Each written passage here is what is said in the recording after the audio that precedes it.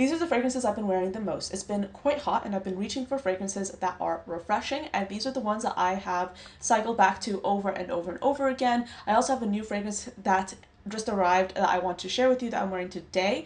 I was able to incorporate it with another fragrance, so this is going to be a bit of a chit-chatty fragrance video. If this is your first time watching, hello, my name is Anya. I love fragrances and I talk about them here on this channel every single Monday, Wednesday, and Friday, along with a ton of bonus content in between. So if you're a fragrance lover like myself, do consider subscribing. So I'm going to get right into it and talk about a fragrance that is very comforting, and this is also a year-round fragrance.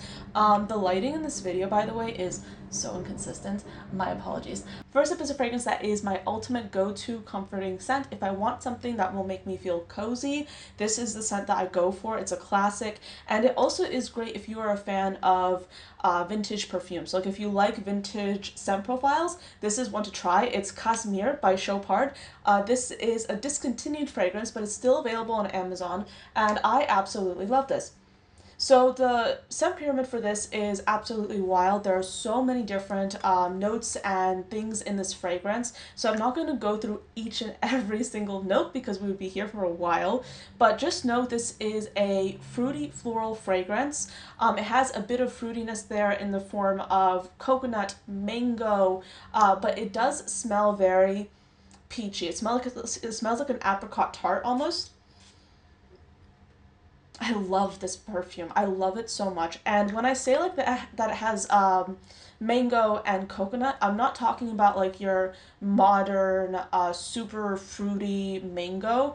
I'm talking about something that's more vintage leaning. So if you want something that's like not it doesn't smell as if the fruit is right there. It adds a bit of an accent to it.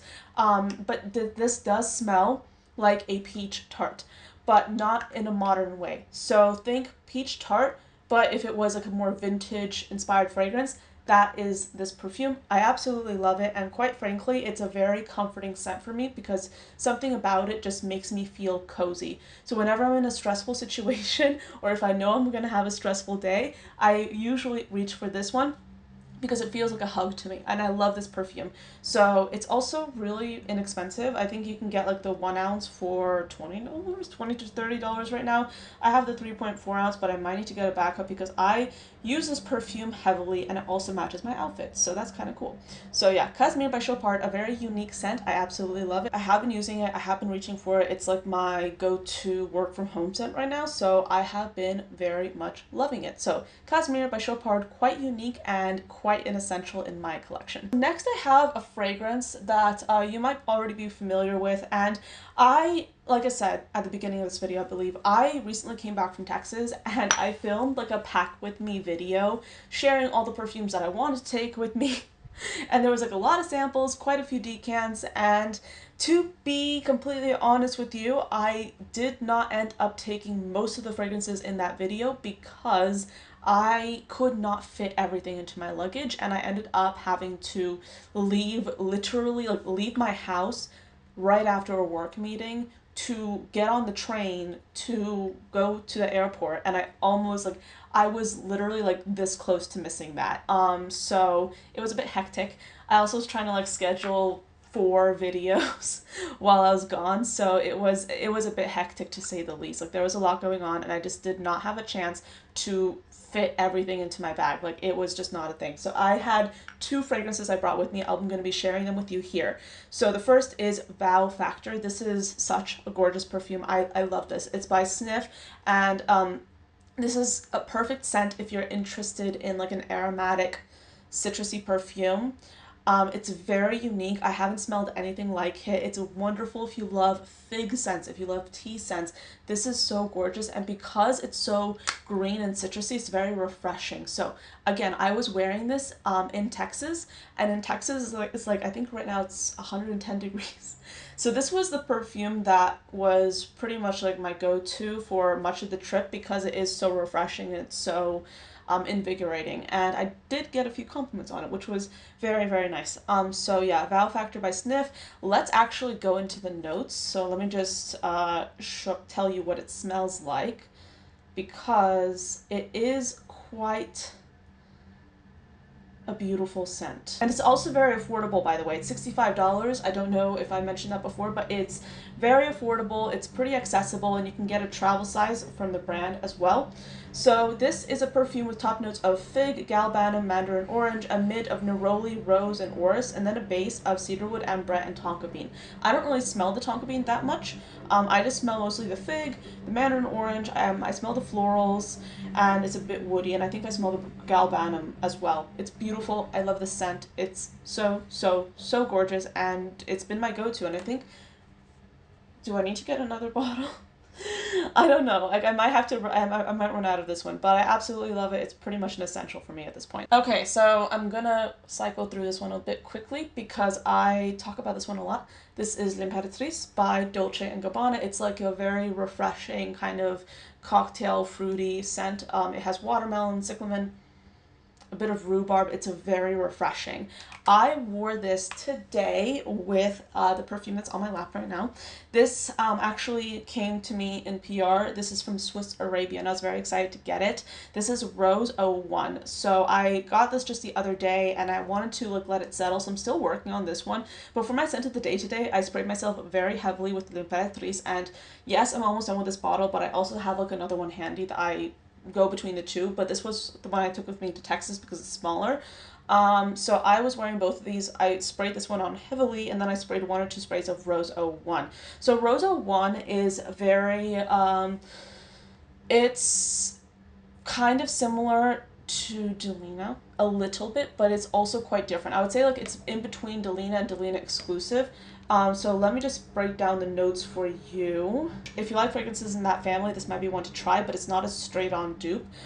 So it's just a musky rose scent with lychee, bergamot, pink pepper at the top, a mid of Bulgarian rose, peony, and nutmeg, and then a base of musk, vanilla, and cashmere. And I definitely get something that I would like interpret to be like a jammier rose. So like when I first smelled this fragrance, I definitely got like a jammy rose scent with the sharpness of lychee and the bergamot. So it's quite a pretty scent. I, like I said, do like wearing it a lot with L'Imperatrice. I spray more of L'Imperatrice, and then I use this one as an accent. This one is very strong. So if you're looking for a strong floral perfume, this one is it. I'm spraying on less of it because I don't want it to overwhelm me, especially since it's so hot, but I feel like this is it's a pretty good combination. I like what I'm wearing right now.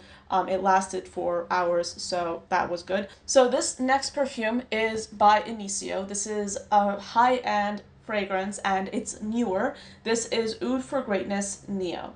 And I got a sample of it because I went into, I think it was Saks Fifth Avenue in Virginia, and I noticed they were having an event, and the representative for ANIO was there, and he was promoting this fragrance, but I also wanted to smell some other ones from ANIO, so he introduced me to this one. And to be honest, Oud for Greatness, I know it's a classic, but it's just not my favorite scent.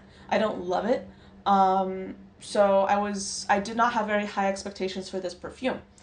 But I smelled Oud for Greatness Neo, and this is a scent that's fresh, spicy, aromatic with some lavender, and I was absolutely blown away. So we have notes of saffron, lavender, fir, agar wood, and bergamot. So what's interesting about this fragrance is that, let me actually put it on my skin, because a little bit goes a long way. Okay, so like in the opening, you get like a very spicy scent. But then as it dries down, you get those like other woody elements. The saffron really comes through with this one, and a little bit goes a long way. This is a very strong fragrance, and that's why I've been able to make my sample last for so long. I just had it in my handbag because it's a fragrance that lasts, and it projects beautifully. I love the dry down here. I get a touch of that lavender, but it's not a lavender dominant fragrance. So this differs very much from the original Oud for Greatness, because the original Oud for Greatness has an earthy patchouli. This one has a bit of like a zestier zing to it. It's an aromatic perfume. It's not going to have the earthy patchouli, and I think the earthy patchouli was the thing that was like putting me off of Oud for Greatness, because it wasn't something that I was drawn to. This one is gorgeous. Like now in the dry down, I'm getting more of like that lavender, but it's like a touch of lavender. What are the other notes? Yeah, there's fur as well. So it's a unisex perfume, in my opinion, but it's slightly leaning more masculine. So if you like masculine scents, this might be one to try. It is beautiful. It is gorgeous. I would like to get a decant travel size, perhaps a full bottle, I don't know. But this is really, really good. I was surprised at how much I like it. It seems very simplistic, but Anicio, like obviously they are renowned for their fragrances, but this one I would say I think it's like my favorite Anicio that I've smelled so far. I really, really like this one a lot. So yes, that's Oud for Greatness Inicio. I think this will be great for everyone, but it is very strong, so you have to like those kinds of fragrances. When I was in Texas, actually, I was wearing it, but I think like I was wearing one or two sprays at a time max. So that's why this has lasted me for so long. So I am very much happy that I got the sample and I was able to experience this fragrance for myself. So that's pretty much it for all the fragrances I've been loving. Now that I'm back from Texas, I feel like now I can kind of move within my collection a little bit because I was wearing like the bare like I wasn't wearing a lot of different fragrances because I was in Texas and I wasn't able to take that much with me. But if you hadn't seen that packing video, I mean, you can still watch it. I did talk a lot in that video about how powerful scent memories can be, especially when you're traveling. And I kind of shared a little bit of my story, like my stories when it comes to like a few scents in my collection. So hopefully you'll enjoy that one as well. But yeah, sometimes you can't take everything with you. But thank you so much for watching this video. I hope you enjoyed it and found it interesting, and I will see you next time. Bye.